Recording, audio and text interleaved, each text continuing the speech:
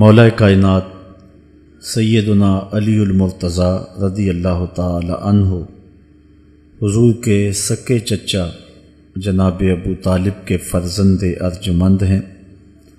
عمر میں حضور سے 30 سال چھوٹے ہیں۔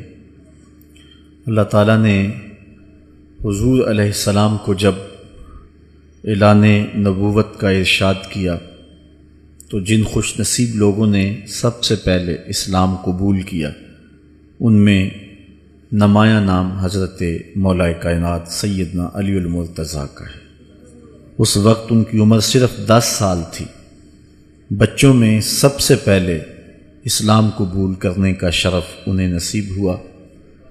آقا کریم علیہ السلام کے چچا زاد بھائی تھے، لیکن ایک موقع پہ حضور نے ان کو ارشاد کیا، انت اخی فی الدنیا والآخرہ، اے علی تو میرا دنیا میں بھی بھائی ہے اور آخرت میں بھی بھائی ہے۔ حضرت مولا کائنات کو حضور علیہ السلام نے مختلف جنگوں میں شرکت کا اعزاز بخشا۔ غزوہ تبوک کے موقع پہ آقا کریم نے ان کو مدینہ المنورہ میں پیچھے بطور امیر چھوڑا، تو انہوں نے عرض کی، حضور آپ اپنے بھائی کو بچوں اور عورتوں میں چھوڑ کے جا رہے ہیں۔ تو حضور نے ارشاد فرمایا کہ تیری مثال ایسے ہے جس طرح حضرت موسیٰ علیہ السلام کے ساتھ حضرت ہارون علیہ السلام کی مثال۔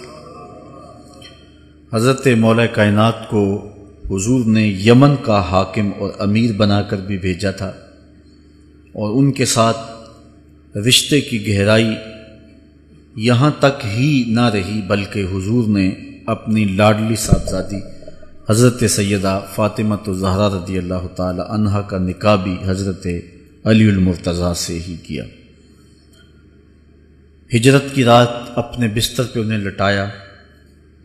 آقا کریم علیہ السلام نے ان کے لیے بہت سارے اعزازات قائم کیے، اور ان کے فضل و شرف میں بہت ساری احادیث ہیں جو کتب احادیث میں موجود ہیں۔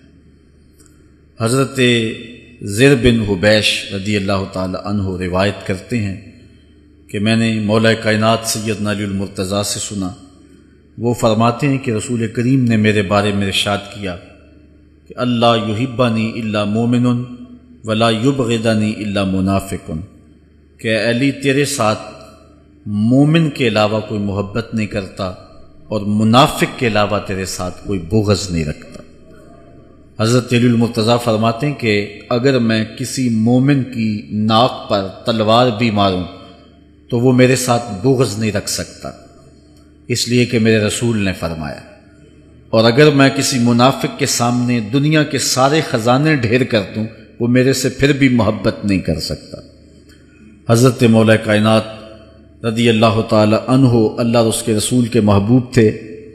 غزوہ خیبر کے موقع پہ حضور نے ارشاد فرمایا، حضرت سہل بن سعد سے روایت مروی ہے، لَأُعْطِيَنَّ هَذِهِ الرَّايَةَ غَدًا رَجُلًا يَفْتَحُ اللَّهُ عَلَى يَدَيْهِ يُحِبُّ اللَّهَ وَرَسُولَهُ وَيُحِبُّهُ اللَّهُ وَرَسُولُهُ۔ فرمایا کہ یہ کل میں اس شخص کے ہاتھ میں پرچم دوں گا کہ جو اللہ اس کے رسول سے پیار کرتا ہے اور اللہ اس کا رسول اس سے پیار کرتے ہیں، اور اللہ اس کے ہاتھوں سے فتح عطا کرے گا۔ کہتے ہیں اگلے دن ہر شخص کے سینے میں دل مچل رہا تھا کہ حضور ہمارا انتخاب کریں اور جھنڈا ہمیں عطا کر دیں، لیکن فرماتے ہیں کہ حضور نے ارشاد فرمایا، این علی ابن ابی طالب، علی بن ابی طالب کہاں ہے؟ تو ہم نے عرض کی کہ حضور ان کی آنکھوں میں آشوب ہے۔ فرمایا انہیں بلاؤ۔ بلایا گیا تو حضور نے اپنا لعاب دہن مولا علی کی آنکھوں میں لگا دیا، بیماری دور ہو گئی، اور پھر حضور نے ان کے ہاتھ میں جھنڈا دیا، اور اللہ نے اسی دن ان کے ہاتھوں میں فتح عطا فرما دی۔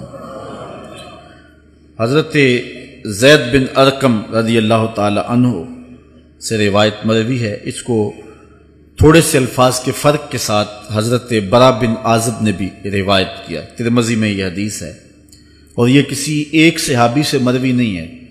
اس حدیث کی شہادت 30 صحابہ نے دی ہے۔ بعض علماء نے لکھا ہے کہ یہ حد تواتر تک پہنچتی ہے، اور یہ صحیح ترین حدیث ہے 30 صحابہ نے یہ حدیث حضور علیہ السلام سے سنی اور اس کی گواہی دی۔ حضرت زید بن ارقم رضی اللہ تعالیٰ عنہ روایت کرتے ہیں کہ حضور نے ارشاد فرمایا، من کنت مولا ہو فعلی مولا، جس کا میں مولا ہوں اس کا علی مولا ہے۔